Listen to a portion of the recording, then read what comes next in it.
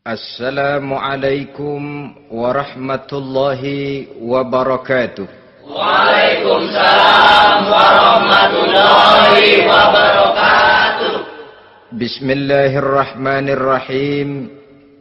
Alhamdulillahi rabbil alamin. Wassalatu wassalamu ala ashrafil anbiya'i wal mursalin.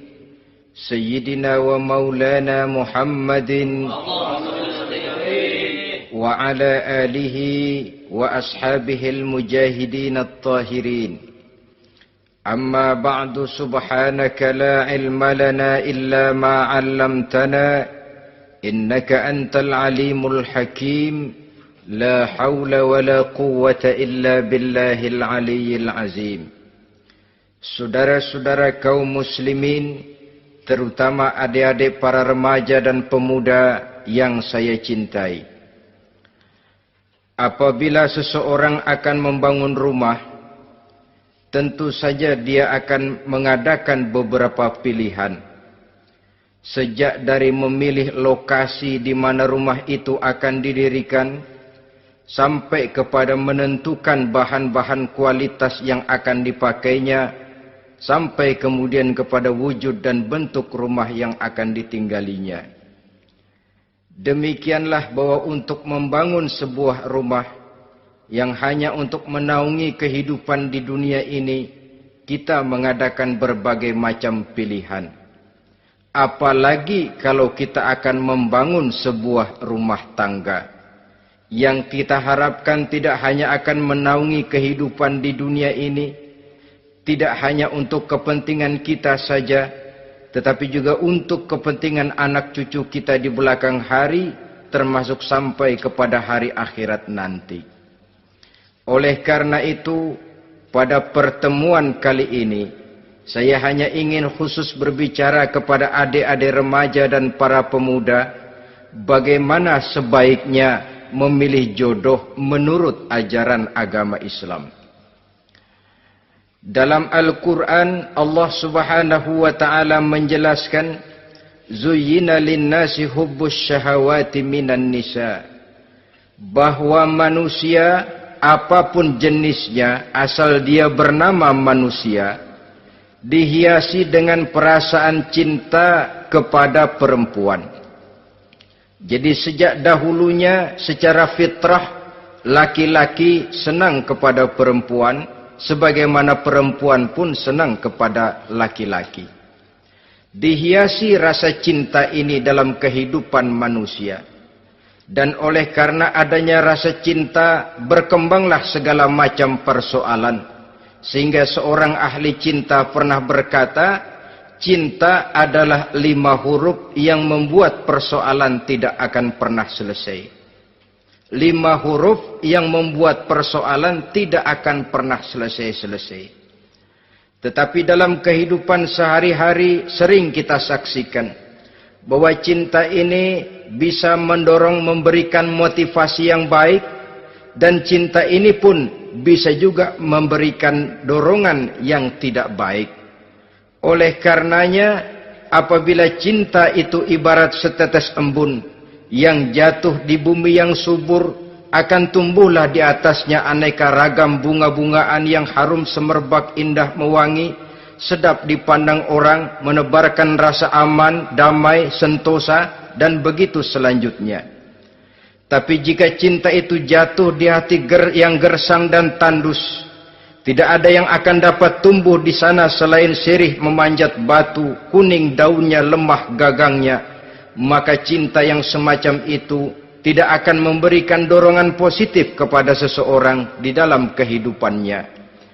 Maka lebih dahulu kita akan membicarakan cinta dalam artian yang positif ini, untuk nanti sampai kepada perempuan yang bagaimana yang harus kita cintai, atau laki-laki yang bagaimana yang harus dicintai oleh seorang perempuan.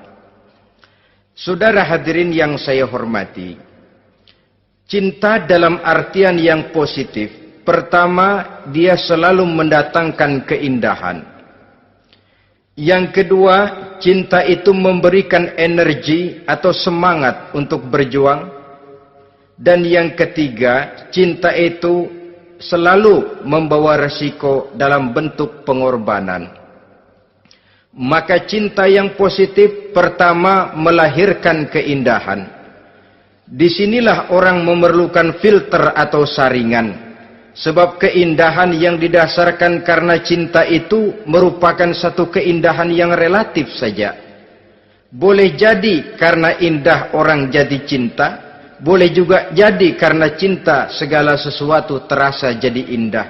Namun bagaimanapun juga, kalau hati sudah diliputi oleh rasa cinta, segalanya akan terasa menjadi indah. Cinta itu adalah keindahan. Yang kedua, cinta itu energi, melahirkan dorongan dan semangat. Yang lemah bisa menjadi kuat, yang takut bisa menjadi berani, yang jauh jadi terasa dekat. Itu semua karena dorongan cinta. Dan dari energi ini lahirlah yang ketiga, bahwa cinta adalah pengorbanan. Sehingga orang berkata, berani bercinta artinya harus berani berkorban. Takut berkorban, jangan bercinta. Kalau cinta ini kita salurkan kepada nilai-nilai agama umpamanya, yang pertama, cinta mendatangkan keindahan. Kita cinta kepada agama, maka apapun yang diperintahkan oleh agama akan terasa menjadi indah. Solat akan terasa menjadi indah. Puasa terasa menjadi indah. Zakat terasa menjadi indah. Jihad pun akan terasa menjadi indah. Persis kalau kita cinta kepada seorang gadis. Jika kita cinta kepada seorang gadis, apanya saja akan kelihatan menjadi indah. Jalannya terasa indah, lenggang-lenggoknya terasa indah, suaranya merdu padahal cemprengnya bukan main. Seluruhnya akan mendatangkan keindahan karena dasarnya sudah cinta. Cinta membawa kepada keindahan. Yang kedua, cinta itu melahirkan energi. Orang yang cinta kepada agama akan lahir tenaga dan semangatnya melaksanakan ibadah, melaksanakan puasa, melaksanakan zakat, melaksanakan solat, melaksanakan haji, bahkan melaksanakan jihad sekalipun. Cinta selamanya menimbulkan energi dan semangat. Sama saja dengan kita apabila jatuh cinta kepada seorang gadis, walaupun rumahnya jauh, katanya, gunung pun akan kudaki, lautan pun kuseberangi. Untuk apa itu? Untuk menemui apa yang kita cintai. Cinta selamanya melahirkan energi. Capek tidak terasa, lelah tidak terasa, semuanya tertutup oleh keindahan yang bernama cinta. Lalu yang ketiga, cinta membawa pengorbanan. Apabila kita cinta kepada agama, maka pengorbanan terhadap apapun yang diminta oleh agama, baik itu pengorbanan waktu, tenaga, pikiran, harta, bahkan pengorbanan nyawa sekalipun, kita tidak akan berat melaksanakannya karena cinta kita kepada agama yang kita anut ini. Demikian juga cinta kita kepada seorang perempuan akan membuat kita rela berkorban. Apapun yang dia minta, jangankan kita tidak mampu, jangankan kita mampu, kita tidak mampu sekalipun, kita masih berusaha untuk mampu guna memenuhi tuntutan si buah hati belahan jantung. Kadang-kadang malam minggu si doi ngajak nonton. Umpamanya, duit tidak ada, gajian belum, kerja enggak. Timbullah inisiatif, entah sepatu kita jual ke tukang loa, entah celana mampir dulu ke tempat lain. Yang penting kita berkorban untuk memenuhi permintaan si buah hati belahan jantung. Ketika itu pengorbanan sudah tidak kita rasakan lagi. Bahkan pengorbanan yang paling pedih sekalipun, dalam gurau, dalam bercanda misalnya, dicubit kita oleh kekasih kita, pedih bukan main, terkelupas kulit, mengalir darah, bukan nangis, nyengir. malah kadang-kadang minta tambah dicubit lagi. Itulah romantikanya cinta, sanggup membuat orang berkorban, melahirkan energi dan semangat, menambah keindahan dalam kehidupan, sepanjang dia dalam artian yang positif. Kalau demikian masalahnya, di dunia yang penuh dengan perbenturan nilai sekarang ini, orang sering salah jalan bagaimana memilih jodoh untuk membangun rumah tangga yang bahagia. Jangan lupa bahwa membangun rumah tangga ini bukan hanya untuk 1-2 bulan, bukan hanya untuk 1-2 tahun, bahkan bukan cuma untuk kehidupan dunia. Lebih daripada itu pun untuk menunjang kebahagiaan di akhirat. Oleh karenanya, memilih jodoh bukan satu hal yang mudah, bukan satu hal yang bisa dilaksanakan sambil lalu, tetapi memerlukan penelitian, memerlukan pengamatan yang mendalam. Apa petunjuk agama tentang itu? Dengan kata lain, bagaimana seharusnya seseorang memilih jodoh dalam kehidupannya? Ini tentu saja sumbangan moral buat adik-adik remaja dan para pemuda yang lagi kebingungan memilih jodoh, atau barangkali buat bapak-bapak yang kepengen nambah lagi.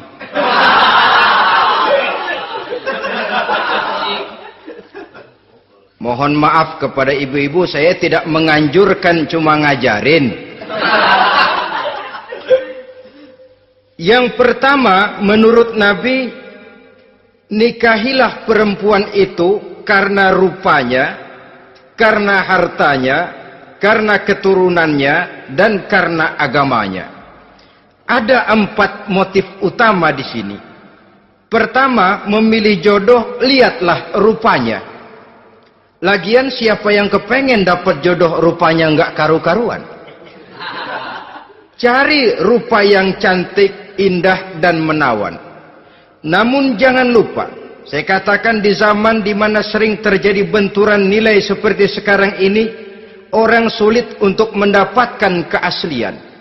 Di mana teknologi sudah sedemikian canggih, di mana ilmu kedokteran sudah sedemikian maju, maka berbagai macam rupa bisa dibentuk dengan apa yang dinamakan operasi plastik misalnya. Yang pesek bisa dibikin mancung, kuping yang kelebaran bisa dibikin sedang, pipi yang kembung sebelah bisa dibikin rata, janggut yang tidak menarik bisa dibikin bak lebah bergantung katanya. Oleh karena itu, kalau pilihan hanya tertuju kepada rupa yang cantik saja semata-mata, kita sudah melakukan satu kesalahan yang sangat besar. Sebab apa?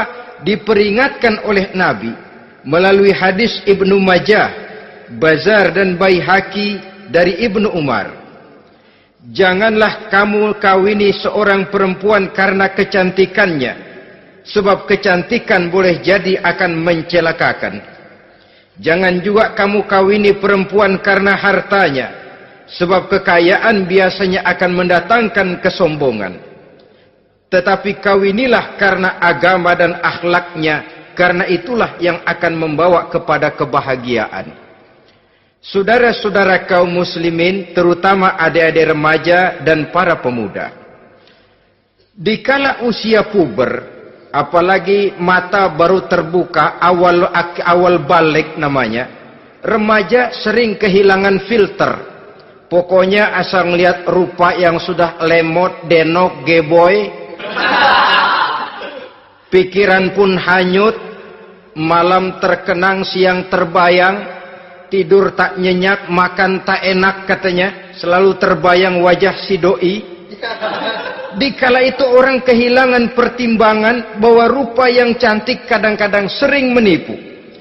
Diriwayatkan oleh Imam Ibnu Abbas, satu hari ketika sedang kumpul dengan para sahabat, lewatlah orang dengan potongan potongan orang kaya.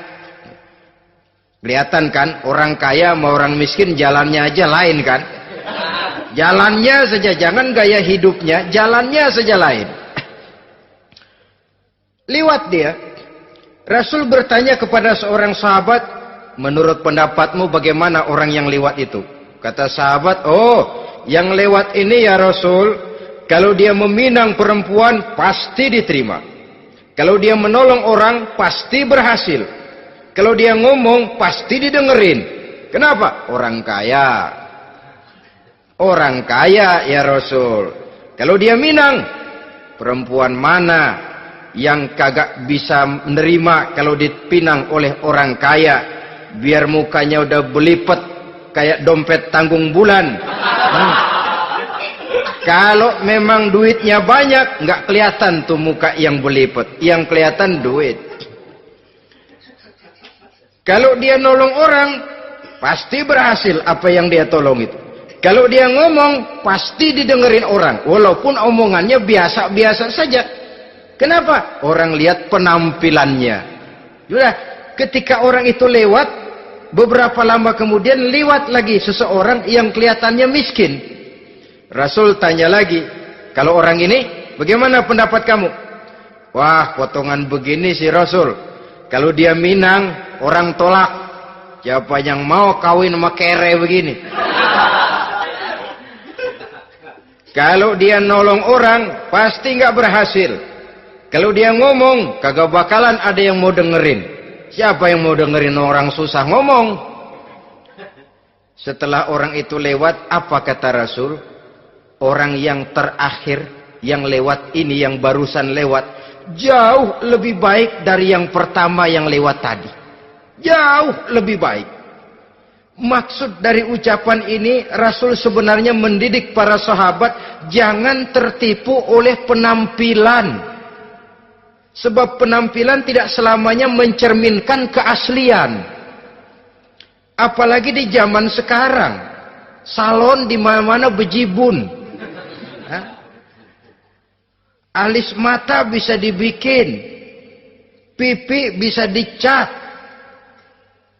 Yang pinggir kuning, yang tengah merah, di sebelah merah ada yang kehitam-hitaman, persis orang kepentok tiang listrik.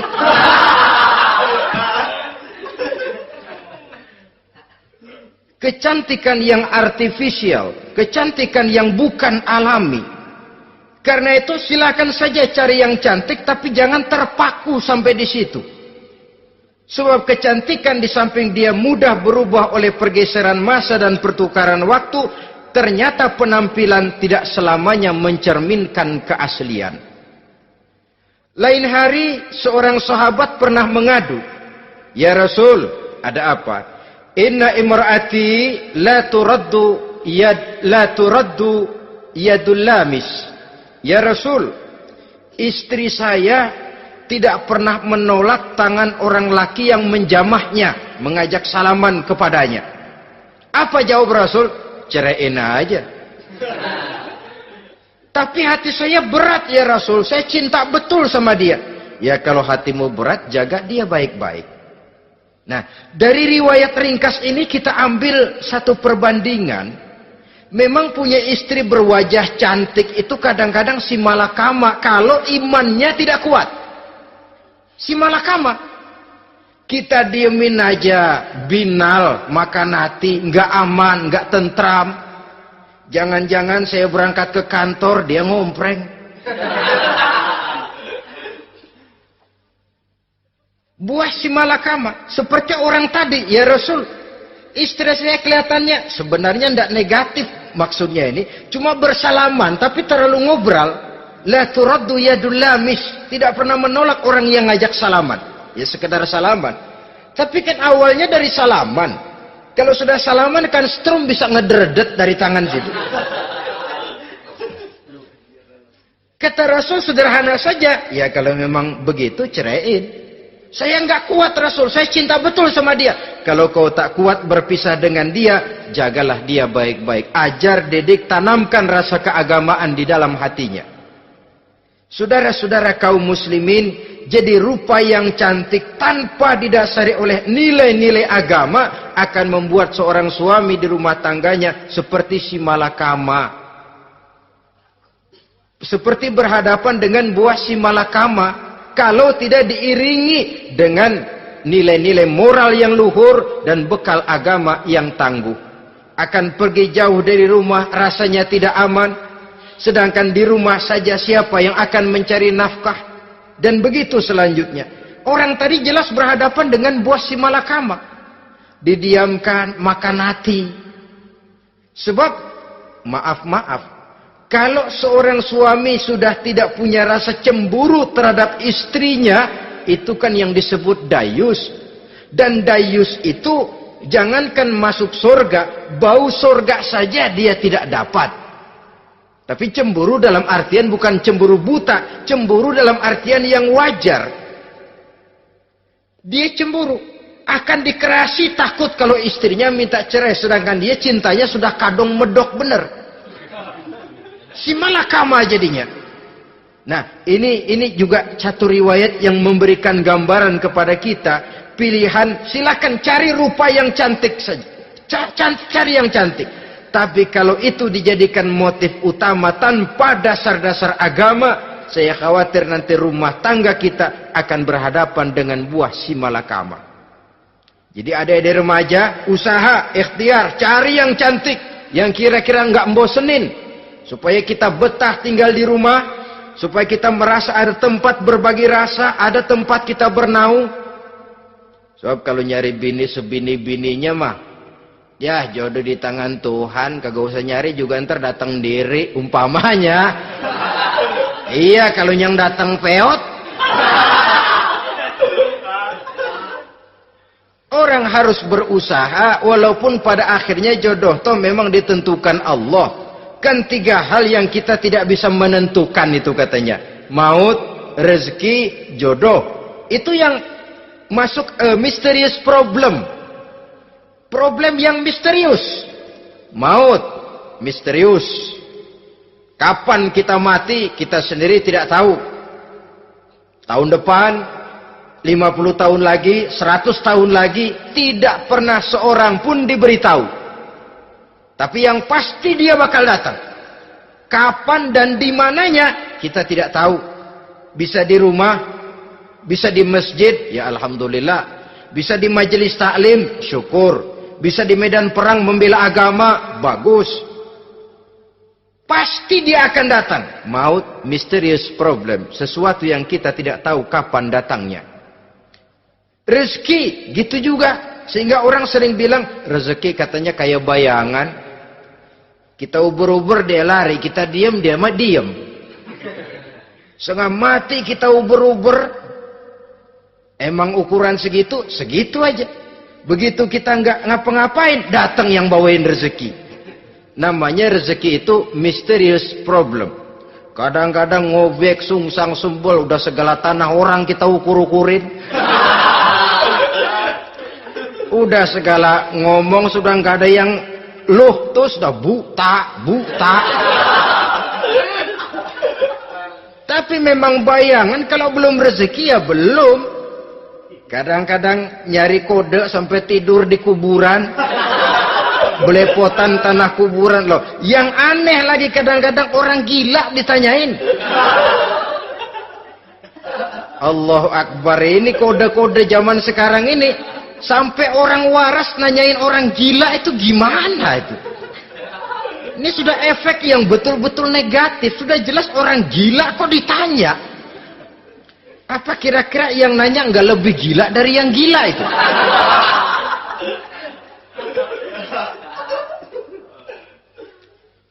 Saudara-saudara kaum muslimin, terutama adik-adik remaja dan para pemuda, jadi silakan saja cari rupa yang cantik, karena dia akan jadi tautan hati, buah hati belahan jantung, tempat kita berbagi rasa, tempat kita pulang dan tinggal di rumah tangga kita.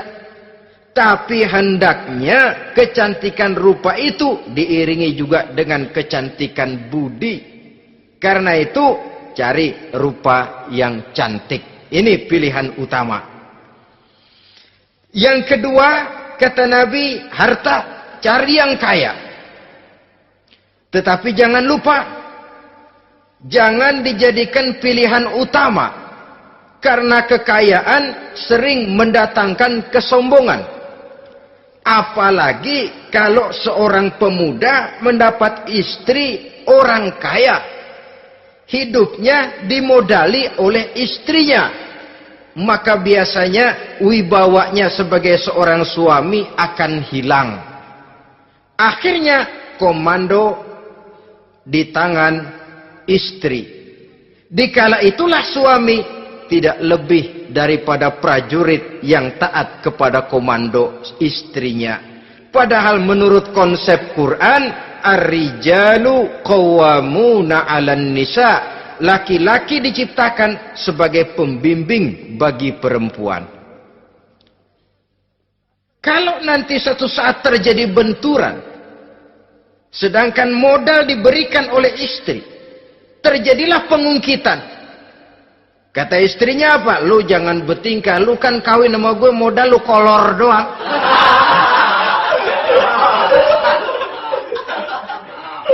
Kalau sekarang bertingkah, silakan keluar rumah. Bawa seperti engkau datang dulu. Jangan bawa apa-apa. Pergilah seperti engkau datang dulu kemari. Hilanglah wibawa seorang suami. Suami kalau udah digentak sama istri begitu, ngelempuruk kayak ayam sampar. Di mana lagi letak wibawanya? Harta sering mendatangkan kesombongan. Oleh karena itu, walaupun diperintahkan cari yang keturunan orang kaya, tapi maksudnya jangan dompleng. Sebab kepribadian seorang suami akan ditentukan oleh sifatnya sendiri. Keberadaannya ditentukan oleh karya dan perbuatannya sendiri. Itulah yang akan menampilkan kepribadian dia dalam kehidupan di masyarakat ini. Saudara-saudara kaum muslimin, terutama adik-adik remaja dan para pemuda, kan kadang-kadang di zaman sekarang kan kelas-kelas gigolo, playboy ya, nyari tante-tante kesepian, mejeng-mejeng di pinggir-pinggir jalan dengan harapan apa? Ya barter lah, tukar tambah. Nah, supaya dapat rokok, dibelikan pakaian, motor dan sebagainya. Tapi yang jelas hilang harga diri sebagai laki-laki, dan itu yang paling mahal. Kalau seorang laki-laki sudah kehilangan harga diri, apalagi yang bisa dibanggakan dalam kehidupan ini? Apa artinya naik mobil kalau kepala tertunduk ke bawah? Apa artinya jalan di tengah masyarakat kalau kita tidak bisa menengadah dengan satu kebanggaan? Hilangnya harga diri merupakan kehancuran awal dari sebuah pribadi yang untuk jangka panjang kita tidak akan bisa lagi berbuat banyak. Tanpa harta orang memang sulit untuk bahagia. Tapi harta semata-mata bukan merupakan jaminan bahwa orang lantas akan bahagia. Saya barangkali harus berkata, banyak orang miskin yang kaya. Tapi tidak sedikit orang kaya yang miskin. Saya ulangi ini. Banyak orang miskin yang kaya. Tetapi tidak sedikit orang kaya yang miskin. Nah, bagaimana pengertiannya? Orang miskin yang kaya, materinya sederhana, peralatan rumah tangganya sederhana, tapi hatinya kaya. Oleh karena hatinya kaya, jiwanya lapang. Sebaliknya, orang kaya yang miskin, di tengah kelimpahan materi yang berlimpah, segalanya serba ada, hatinya yang miskin. Kelimpahan materi tidak akan sanggup mengobati kemiskinan hatinya. Sehingga di tengah kehidupan yang serba ada, dia masih merasa kurang, maka dia tidak pernah cukup. Di tengah kemilauan dan gemerlapan serta glamornya rumah mewah, dia merasa hidup di tengah gurun pasir yang gersang dan tandus. Karena itu, biarlah miskin harta tapi kaya budi, daripada kaya harta tapi miskin budi. Lebih utama lagi, kaya harta, kaya budi. Itu idealnya. Dasar pilihan ketiga, sesudah rupa dan harta, menurut Nabi, keluarga. Faktor keturunan sangat menentukan. Pepatah mengatakan, buah apel akan jatuh tidak terlalu jauh dari pohonnya.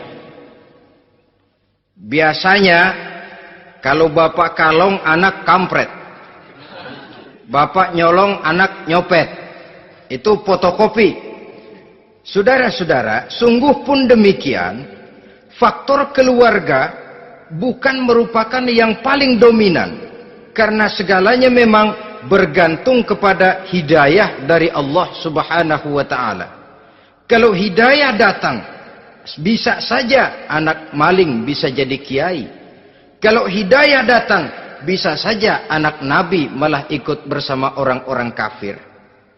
Pada akhirnya orang mau besar atau tidak, bukan dengan jalan menyempeng kepada keturunan orang lain, tapi ditentukan oleh kepribadian dirinya sendiri. Tidak bisa kita menjadi besar dengan menyebut kebesaran orang lain. Itu sebabnya dicontohkan oleh Imam Ali pada saat beliau berkata, "Laisal fata may yaqulu kana abi, walakinnal fata may yaquluha anadha." Anak muda yang gentleman adalah anak muda yang berani berkata, "Inilah saya." Bukan anak muda yang membanggakan leluhurnya. Ini kan zaman sekarang ini lagi ngetop-ngetopnya lagu-lagu cengeng katanya dah. Sebenarnya menurut saya bukan cuma lagu cengeng yang jadi masalah. Lagu cengeng cuma satu efek dari sikap yang lebih utama dari itu, yaitu mental cengeng. Kalau mental sudah cengeng, apapun yang kita lakukan akan jadi cengeng. Tidak cuma lagu, kebudayaan yang lahir akan kebudayaan cengeng. Jadi pengusaha cengeng. Jadi pejabat cengeng. Jadi kiai cengeng. Kenapa? Mental cengeng. Di antara mental cengeng itu apa? Mengandalkan fasilitas atasan. Kalau tidak ada fasilitas dari atas, lantas tidak bisa berbuat apa-apa. Cengeng. Menjadi besar bukan karena karier pribadi, tapi karena nasib katrolan. Itu pun termasuk mental cengeng. Sedikit gagal, bagaimana sedikit jalan buntu, sedikit deadlock, lu ngapain lu melulu? Saudara hadirin yang saya hormati, jadi lebih penting dari sekedar lagu-lagu cengeng, saya malah lebih suka bicara mental cengeng ini. Mental yang cepat putus asa. Mental yang tidak mau mengeluarkan usaha maksimal. Mental yang hanya mengandalkan fasilitas. Sedangkan pribadinya tidak lebih daripada pribadi sumuhun dawuh. Pribadi kulo nuwun. Pribadiku maha juragan wae. Pribadi oke bos. Pribadi asal bapak senang. Bukankah itu semua merupakan cermin dari mental-mental yang cengeng, yang untuk jangka panjang tidak akan pernah menguntungkan daripada pembangunan bangsa dan negara yang kita cintai ini. Seseorang mau besar atau tidak, bukan dengan jalan menyempeng kepada kebesaran orang lain. Bahkan Syauqi dalam sebaik syairnya yang lebih tegas mengatakan, wa syarrun nasi zu khumulin iza fakhartahum zakarul jaduda wa syarrun nasi wa khairun nasi zu syarafin qadimin aqama li nafsihi syarafan jadida.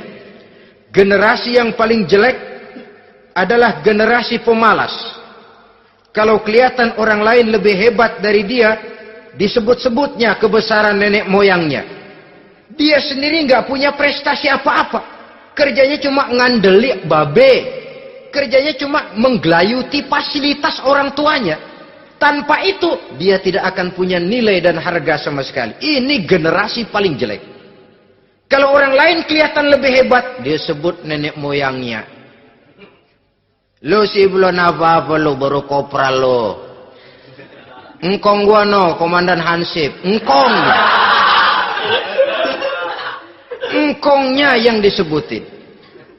Dia sendiri tidak punya prestasi apa-apa. Jadi silahkan saja cari gadis dari keturunan keluarga yang baik-baik. Tapi jangan jadikan tendensi utama, jangan dengan niat untuk menyempeng kepada kebesarannya. Tapi paling tidak dengan niat agar mudah-mudahan dari benih yang baik ini akan lahir keturunan-keturunan yang baik pada akhirnya nanti. Itu yang kita harapkan. Bukan lalu dengan pertimbangan, weh, mertua gue bos nih, kali aja begitu gue kawin aja mampus. Ini semua warisan kan jatuh kemari semua. Kalau itu niatnya sudah jelas salah. Kita mencari perempuan dengan keturunan-keturunan yang baik dengan berharap agar anak-anak kita nanti yang akan merupakan benih cucunya akan melahirkan kebaikan-kebaikan seperti leluhurnya dulu. Saudara, pilihan yang keempat kata Nabi, agama. Ini yang paling inti. Kenapa? Agama itu motivasinya moral. Di sini segalanya ditentukan. Rupa yang baik, harta yang banyak, keluarga yang luhur. Kalau sudah dilandasi oleh agama yang rapuh, bahkan tidak beragama sama sekali, ketiga hal di atas tadi hanya akan mendatangkan malapetaka. Sekarang kan kita tertipu oleh penampilan. Padahal penampilan belum tentu kenyataan. Di jalan-jalan kita akan lebih terpesona melihat gadis pakai miniskirt di atas lutut ketimbang kita melihat gadis-gadis yang pakai jilbab. Kalau sudah pakai jilbab keliwat, yang usil banyak banget, bau sorga nih.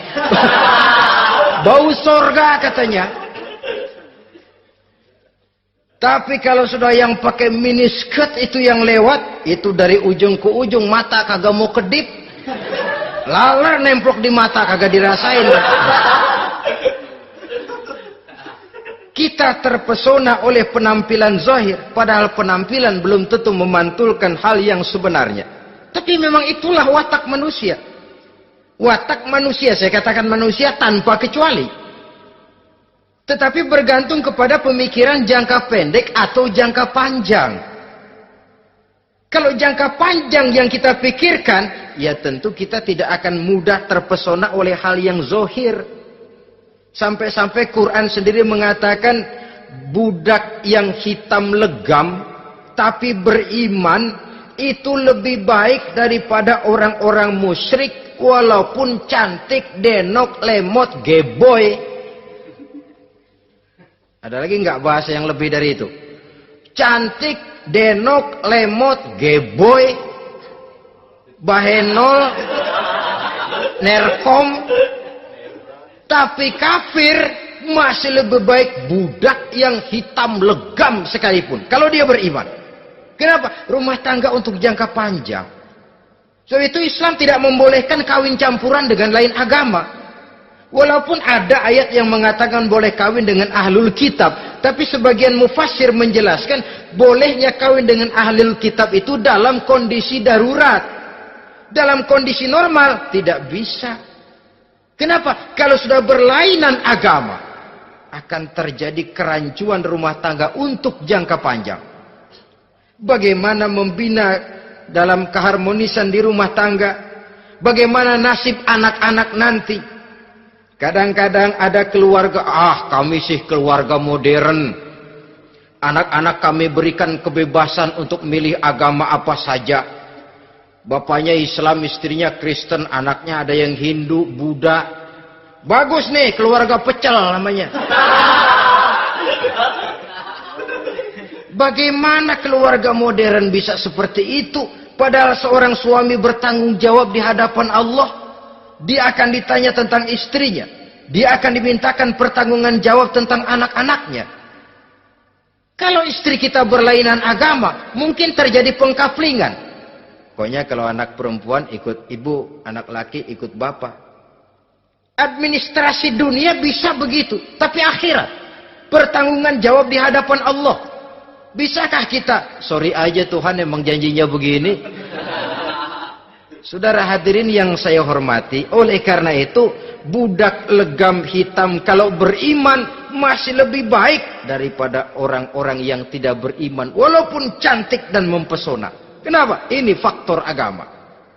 Ya buat 1-2 bulan bisa terwujud rumah tangga yang tentram. 2-3 tahun mungkin masih bisa bertahan, tapi sampai kapan? Sampai kapan itu akan terwujud? Pada akhirnya akan muncullah dilema yang akan sulit buat diatasi. Oleh karenanya, motif agama dijadikan stres oleh Nabi. Fasfar bizatiddin taribat yadak. Pilih agama sebagai titik sentral, sebagai pilihan utama.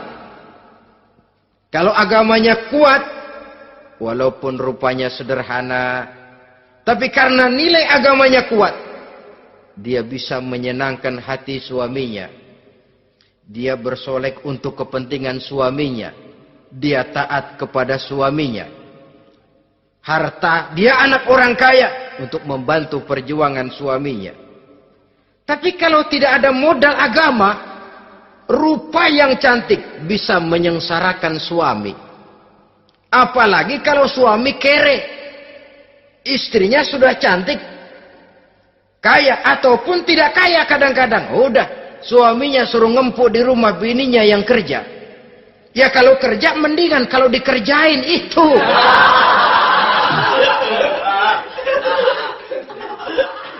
Itu yang repot.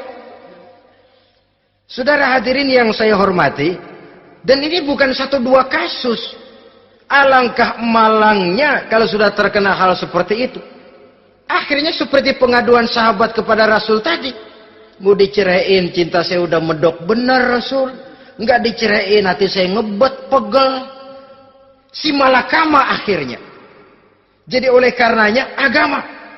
Kalau dia cantik, walaupun miskin, agamanya kuat, dia bisa memelihara kehormatan diri. Dia kaya, agamanya kuat, hartanya disalurkan di jalan Allah.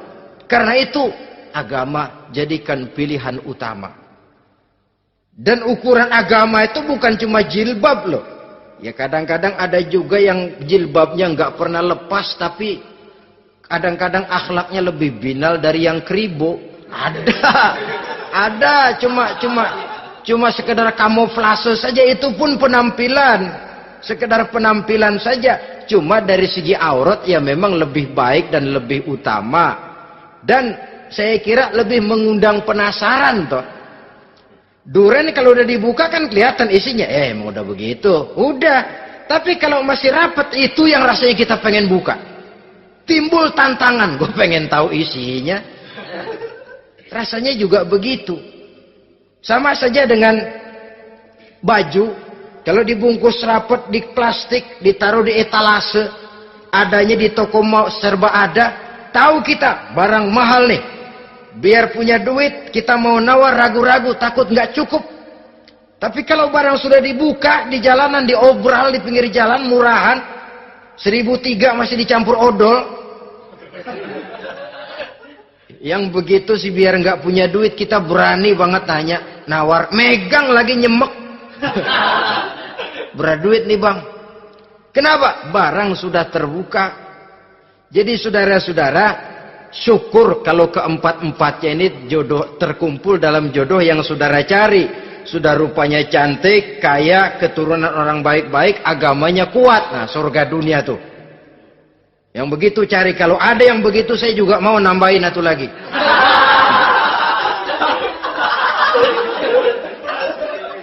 Tapi yang kumpul keempat-empatnya ini terus terang saja langka.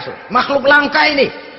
Kadang-kadang cantik, kaya, keluarganya hebat, agamanya nol, akhlaknya kayak setan. Tapi yang paling celaka kalau empat-empatnya kagak ada. Rupanya jelek, melarat, bapaknya biang maling, kagak beragama lagi. Apanya yang mau dipilih? Mampus saja mendingan. Sudah nggak ada pilihan sama sekali tuh. Sudah nggak ada pilihan sama sekali. Saudara hadirin yang saya hormati, terutama adik-adik remaja. Nah, lalu apa motivasi agama dalam pembinaan ini apa? Agama ini kan memberikan contoh bahwa perempuan yang baik itu, yang kita ingin jadikan dia sebagai ideal dalam pencarian jodoh, tandanya 3. Iza ra'aitaha sarratka, kata Nabi. Kalau dipandang, dia bisa menggembirakan kamu. Kan ini yang penting buat seorang suami. Kalau saudara nanti jadi suami, punya istri yang jadi partner setia mendampingi suaminya. Kalau dilihat nggak bosenin, Kenapa? Dia berdandan untuk nyenangin hati suaminya. Enggak bosenin. Kan kadang-kadang ada bini kalau kita pulang demok aja fotonya.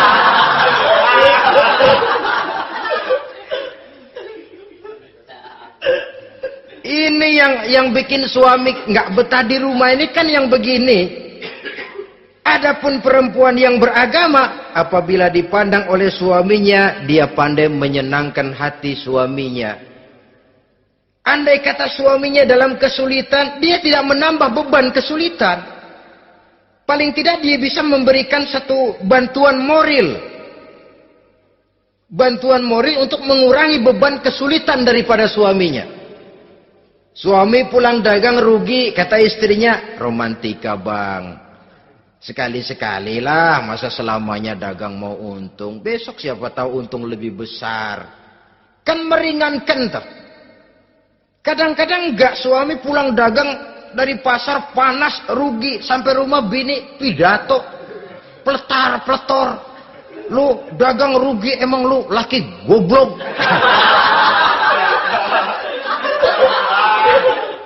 Sudahlah di pasar rugi, di rumah digoblok-goblokin. Ini nanti kena penyakit broken home yang begini ini. Padahal kesuksesan di kantor, kesuksesan di pasar, kesuksesan di medan tugas selalu dimulai dari kesuksesan dan ketenangan dari rumah tangga. Dia berhias untuk kepentingan suaminya, tidak terlalu berlebihan, dan suaminya pun pandai menghargai istrinya dengan kata-kata yang menimbulkan gairah dan semangat. Oleh istrinya bersorak, kamu makin cantik saja.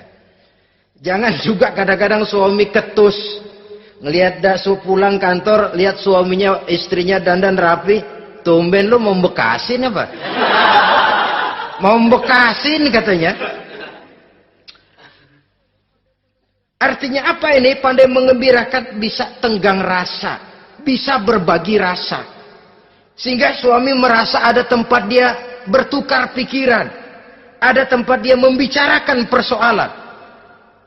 Dialog dalam kehidupan berumah tangga itu sangat diperlukan.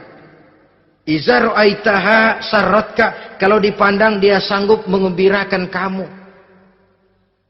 Dikasih uang 500 senyum, 5.000 pun ketawa. Menggembirakan. Dia bisa taruh kata hatinya kesel, tapi mulutnya senyum. Nah ini yang sulit ini. Senyum tapi kesel, kesel tapi senyum.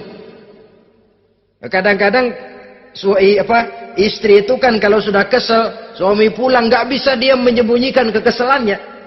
Dari jauh suami sudah lihat ini yang nyambut, ini bemo ini. Udah monyong serem. Saudara hadirin yang saya hormati, yang kedua, bila diperintah dia taat. Ini pengaruh agama. Sehingga Nabi mengatakan, "Lau amartu li ahadin ayyasjuda ila ghairiha, la amartul mar'ata litasjuda ila zawjiha likibari haqqihi 'alaiha." Andai kata saja boleh aku memerintahkan manusia untuk sujud kepada sesama manusia, pastilah aku perintahkan perempuan untuk sujud kepada suaminya. Kenapa? Karena besar hak suaminya kepada dirinya. Untung sujud kepada manusia tidak boleh. Andai kata boleh, perempuan disuruh sujud sama suaminya. Ini tidak perlu sampai sujud. Cium tangan saja minta ridho suami. Kadang-kadang perempuan sekarang berat. Paling banter setahun sekali lebaran doang. Laki pulang sembahyang tubruk, cium tangan, minta redo, nangis segala macam. 3 hari habis lebaran, beras habis, monyong aja lagi.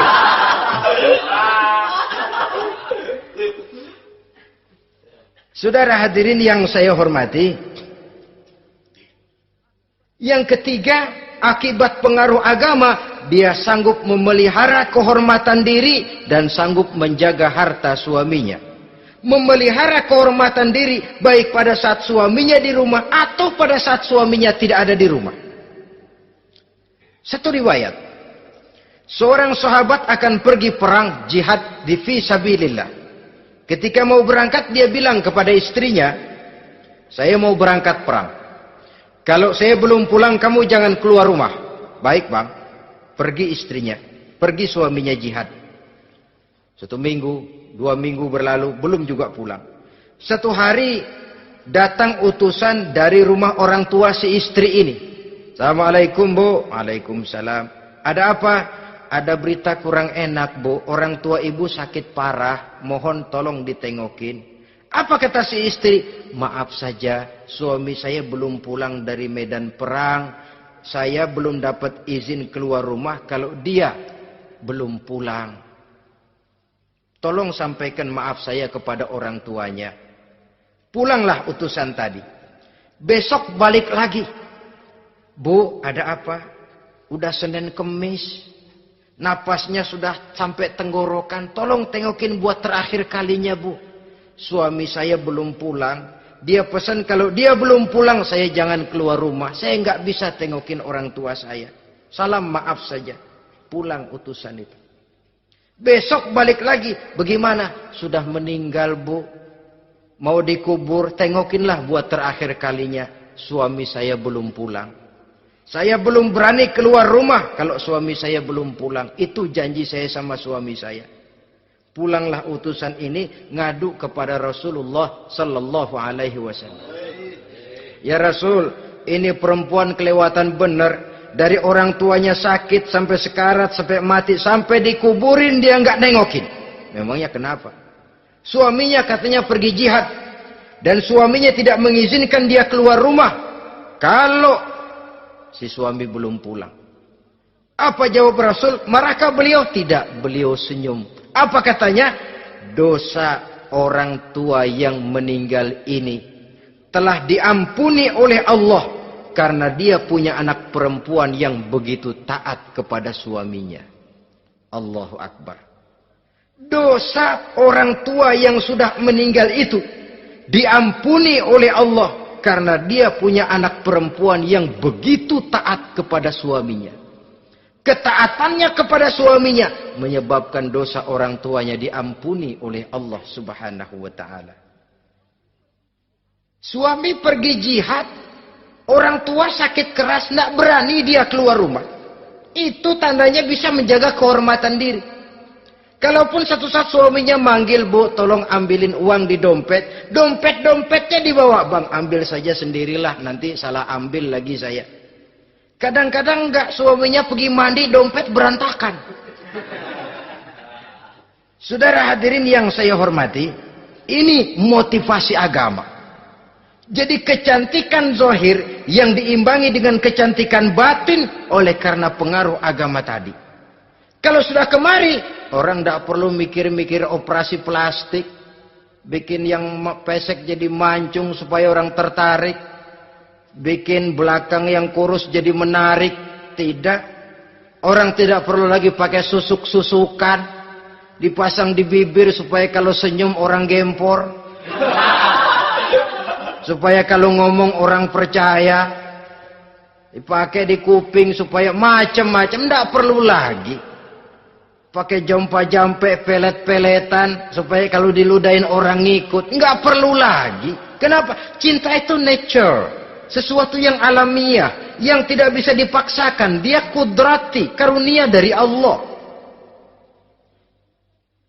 Tidak bisa cinta dipaksakan. Kalaupun bisa, dengan ilmu pelet, oh saudara bisa membuat orang jatuh cinta. Ya 2-3 hari, 4-50 hari. Kesananya, apa yang akan terjadi? Kelanggengan tidak akan pernah terwujudkan. Kenapa? Keterpaksaan yang akan timbul.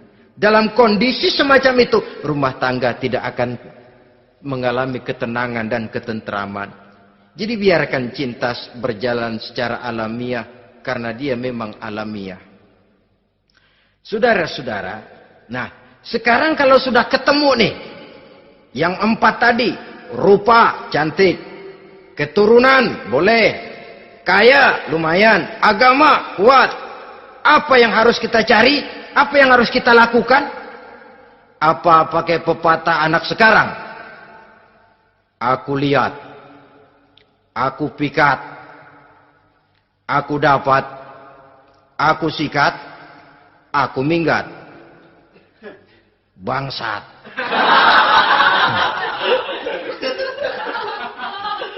Itu kan ada moto cinta kilat begitu tuh. Cinta kilat katanya.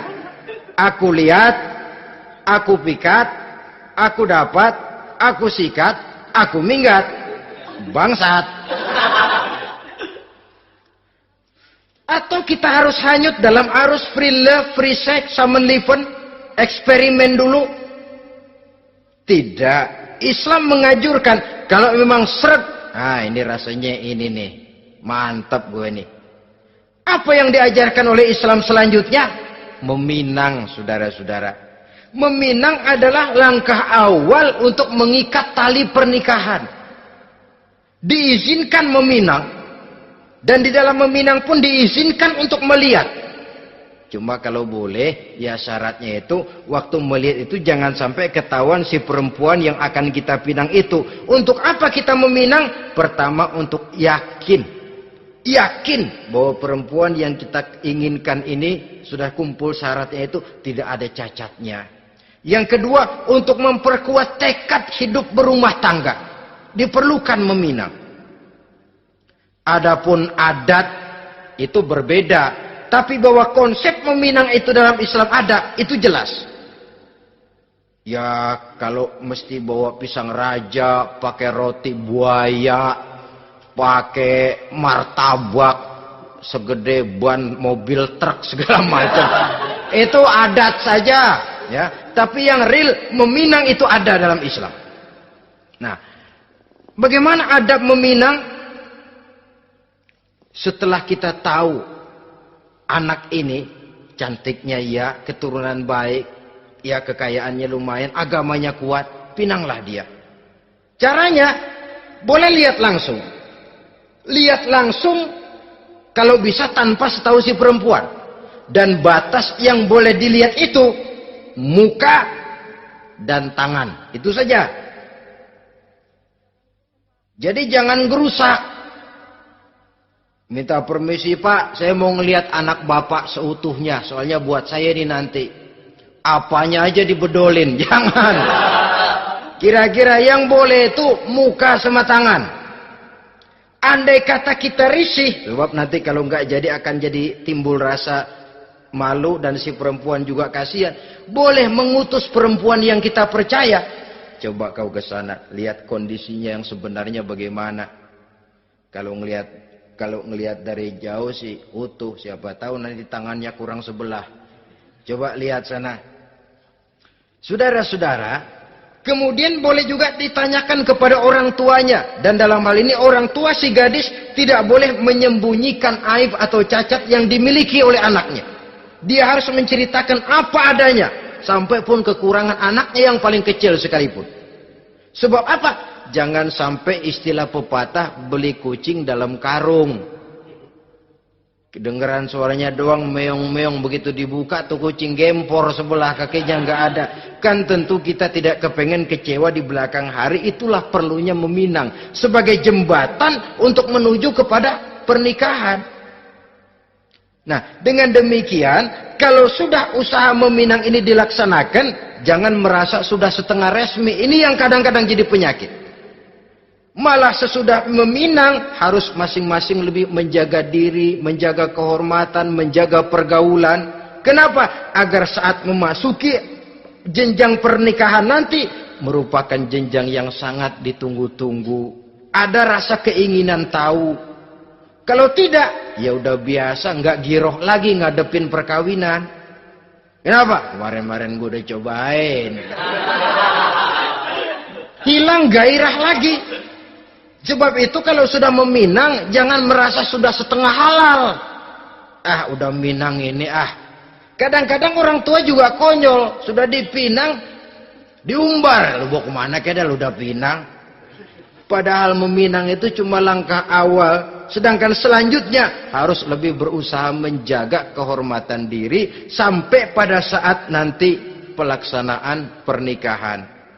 Nah, saudara-saudara, terutama adik-adik remaja dan para pemuda, walaupun agak sekilas memang karena terbatasnya waktu pada pertemuan ini, mudah-mudahan bisa memberikan gambaran yang sepintas tentang bagaimana sebaiknya kita memilih jodoh di dalam membina rumah tangga yang bahagia. Semoga ada manfaatnya. Terima kasih atas segala perhatian. Mohon maaf atas segala kekurangan. Usikum wa nafsi bitaqwallah. Wassalamualaikum warahmatullahi wabarakatuh.